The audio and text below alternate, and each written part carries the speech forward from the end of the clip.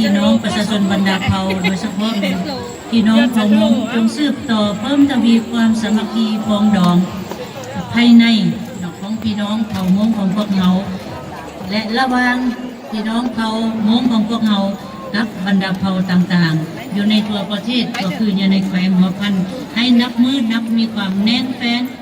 เป็นกำลังเฮงเขาในการพัฒนาและปกปักรักษาประเทศชาติของพวกเราพร้อมกันต้านทุกรูปแบบในการแบ่งแยกส่วนเผ่าสกัดกั้นและต้านบรรดาปรากฏการณ์ย่อท้อเป็นต้นแมงปัญหายาเสพติดที่ท่วมแพร่ล่ามในหมู่ประชาชนและวัยรุ่น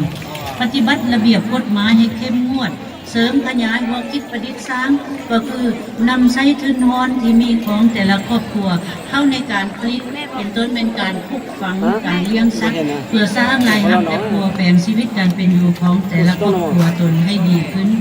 ส่งเสริมและสร้างเงื่อนไขให้ลูกหลานได้เข้าทำเฮียนในแต่ละชั้นและเฮียนวิชาชีพให้นับมือนับเพิ่มขึ้นเข้าร่วมในเวียกงานสาธารณสุขเป็นต้นเป็นการซักยาและกันพยาธิเข้าร่วม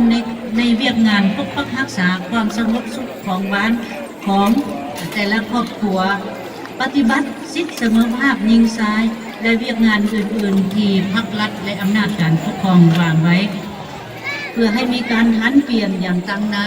ประกอบส่วนเขาในภารกิจปกปักรักษาและพัฒนาประเทศชาติของลาวของพวกเราให้นับมือนับเจริญรุ่งเรืองในโอกาสบุญกินเจียงปีนี้ข้าพเจ้าอวยพรไซอันประเสริฐแด่การนำของแขวงการนำของเมือง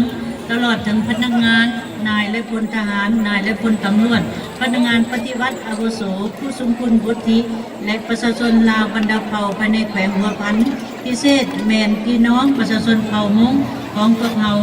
จงมีแต่สุขภาพเข้มแข็งมีความผาสุกมีผลสำเร็จใหญ่หลวงกว่าเก่าในการพัฒนาครอบครัวในการพัฒนาบ้านเกิดเมืองนอนของตนให้นับมือนับดีขึ้นเป็นก้าวๆอวยพรงาน